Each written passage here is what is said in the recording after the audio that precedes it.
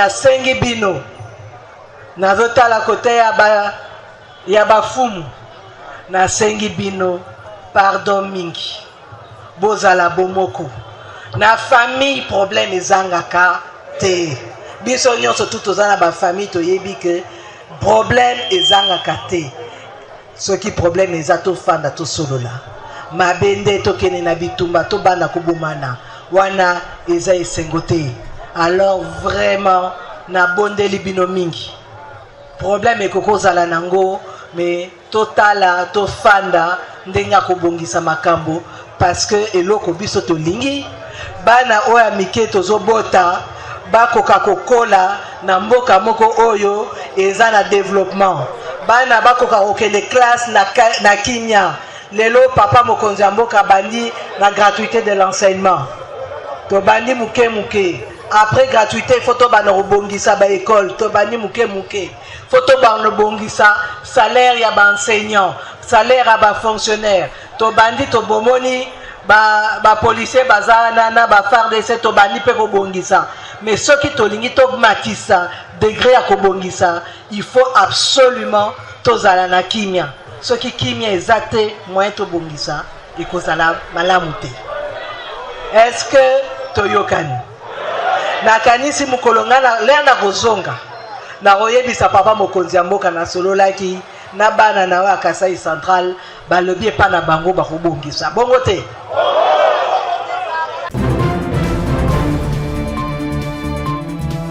Continuité du contrôle parlementaire à l'Assemblée nationale. Le jeudi 22 mai 2025, c'était au tour du vice-premier ministre, ministre de l'Intérieur, Sécurité, Décentralisation Affaires coutumières, d'être auditionné par la plénière de la Chambre basse du Parlement en réponse à la question orale avec débat lui adressée au sujet des arrestations arbitraires, des tracasseries policières et de la présence des éléments de la police non identifiés ou enregistrés et non pris en charge par l'État congolais. Parti d'un constat fait lors de ses vacances parlementaires, le député national Eyangamboyo Venance, qui s'inquiète de la dégradation de la sécurité à Kinshasa, interroge le VPM de l'Intérieur, Maître Jacquemin Chabanilouko Bangou, sur cette situation préoccupante, occasionnée parfois par les bavures des éléments de la police. Dans ce contexte de guerre imposée, où la survie de notre peuple est déjà menacée par le forces extérieures, il est inconcevable que les pratiques ignobles telles que les arrestations arbitraires, les tracasseries policières, et la présence des agents fictifs au sein de notre police viennent s'ajouter à la souffrance de notre peuple. Ces agissements de la part de ceux qui pourtant sont commis à la protection des citoyens et de leurs biens aggravent la situation et ternissent davantage l'image de notre État et de nos institutions, mais aussi de l'État des droits que nous aspirons à consolider. Répondant à ces questions qui touchent à la survie du peuple, le vice-premier ministre en charge de la sécurité intérieure rassure les élus du peuple de son implication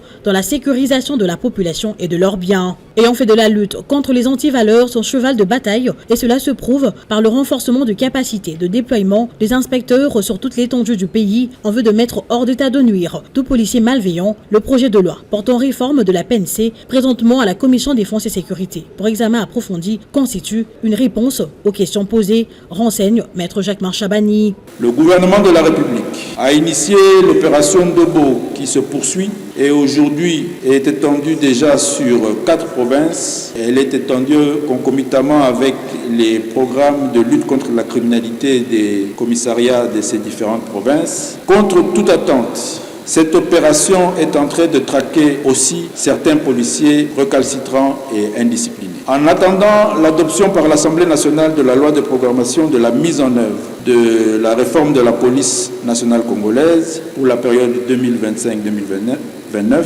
le contrôle à l'improviste s'effectue pour mettre la main sur tous les éléments qui s'évertuent à tracasser la population. À l'entame de cette plénière, le président de l'Assemblée nationale, le professeur Vital Kamerhe, a informé les élus du peuple de la création de 2 commissions pour statuer sur le réquisitoire du procureur général près la Cour de cassation contre le Mineta Constant Moutamba.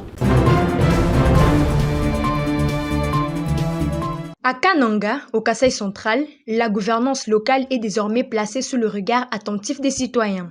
Ce mardi 20 mai, Le Conseil régional des ONG de développement, le CRONG, a présenté les résultats d'un monitoring citoyen mené dans plusieurs entités territoriales décentralisées, notamment à Kananga, Matamba et Demba.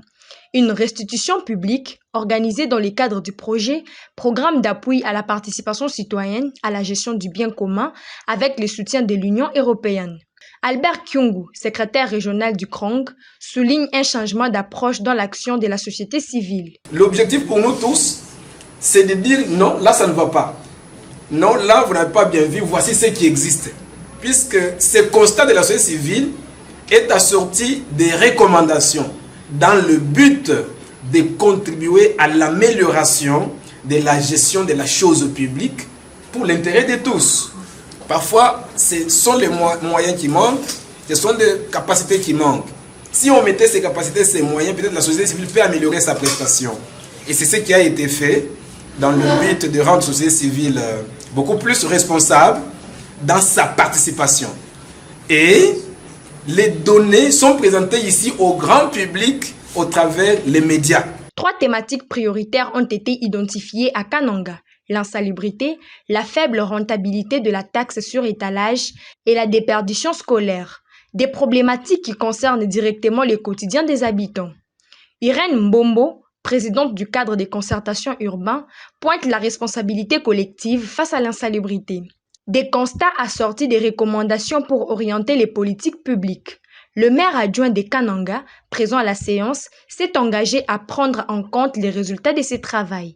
La mairie rassure qu'elle mettra tout en exécution et il prend l'engagement de vous accompagner.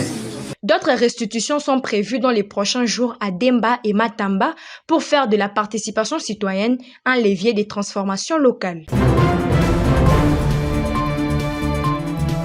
Cette activité a eu lieu sur les sites de l'ISTEM Kananga, situé à Tubuluku, une façon de vendre la bonne image de l'Institut au public. Dans son allocution, le directeur général, professeur John Kayembe, a révélé les objectifs de cette journée porte ouverte, notamment présenter les infrastructures de cette institution et ses filières organisées au public, partager avec le public la vision de l'ISTEM Kananga, celle d'offrir une formation de qualité à l'élite congolaise et renforcer les collaborations avec le partenaire.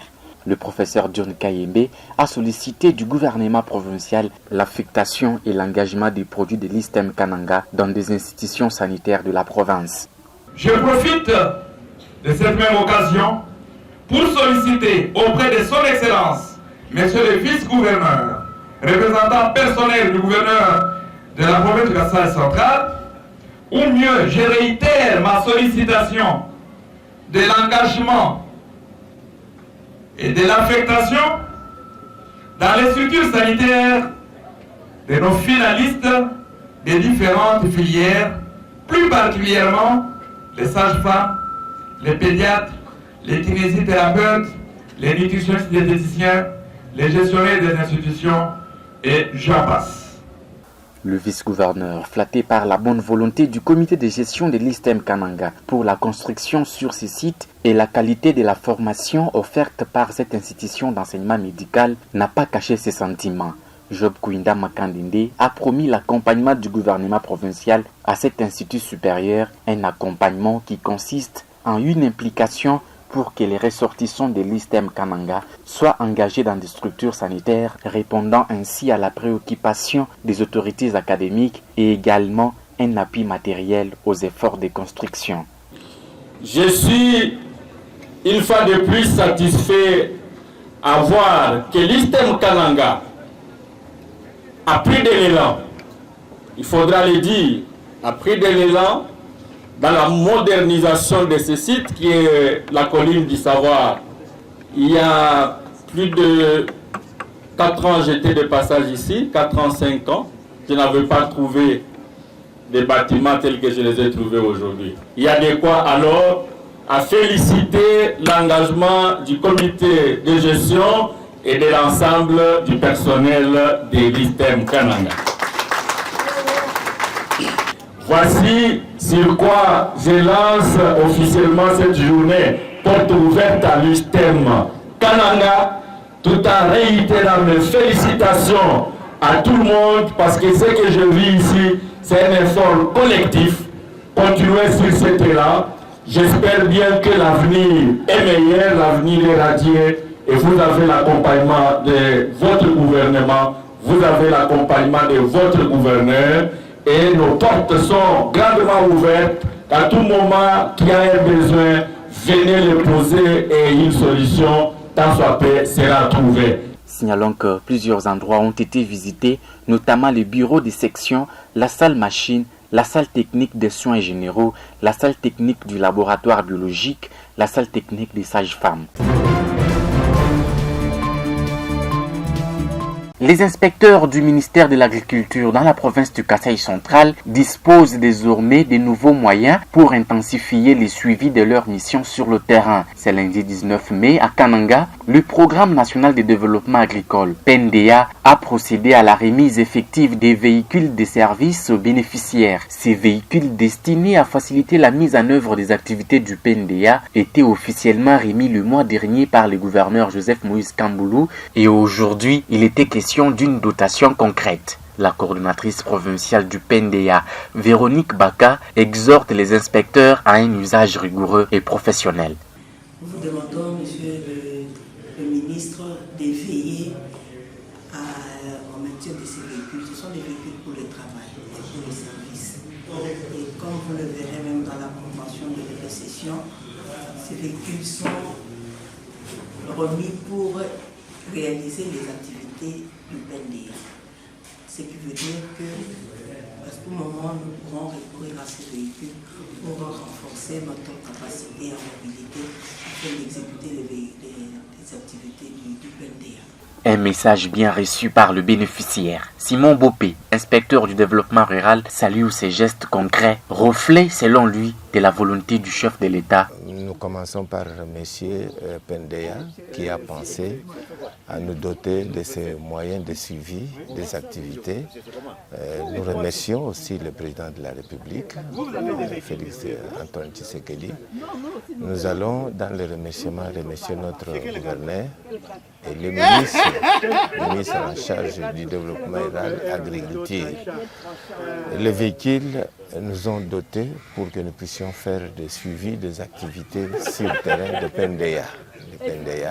C'est à ce titre que nous bénéficions de cette dotation. Pour dynamiser les secteurs agricoles, une caravane symbolique a suivi la remise. De quoi faire passer le message dans les rues de Kananga. Le développement agricole est désormais en mouvement.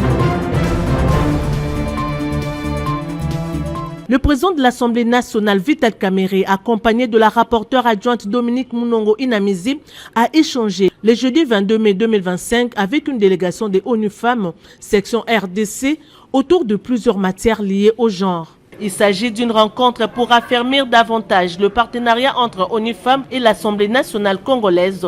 C'était une occasion pour la représentante adjointe de l'ONU Femmes, Catherine Ondimba, de faire un plaidoyer pour l'accélération de l'implantation au niveau national de plusieurs engagements pris par la République démocratique du Congo au niveau international, notamment en rapport avec les genres. L'attente que nous avons, c'est déjà l'implication personnelle du président de l'Assemblée nationale en tant qu'homme engagé pour la promotion des questions de l'égalité des sexes, mais aussi de l'autonomisation de la femme. Il y a aussi son implication personnelle pour que l'initiative comme celle des forums que nous organisons avec les femmes parlementaires puisse être pérennisée. Mais tout ce qu'il y a aussi en termes de partage d'expérience avec d'autres acteurs et consolidation des connaissances sur les questions parlementaires, la budgétisation sensible au genre, mais aussi la prise en compte du genre dans différentes réformes qui pourraient être réalisées au niveau législatif. Elle a insisté sur la nécessité de positionner la question du genre dans les discussions budgétaires prévues en septembre prochain afin de doter la République démocratique du Congo d'un budget qui répondra aux besoins des hommes et des femmes sans aucune discrimination. Le président de l'Assemblée nationale, en grand défenseur du genre et de l'autonomie féminine, a salué les efforts que fait ONU Femmes pour l'optimisation de la situation de la femme congolaise. Il a réitéré l'engagement de l'Assemblée nationale à accompagner cette démarche à tous les niveaux.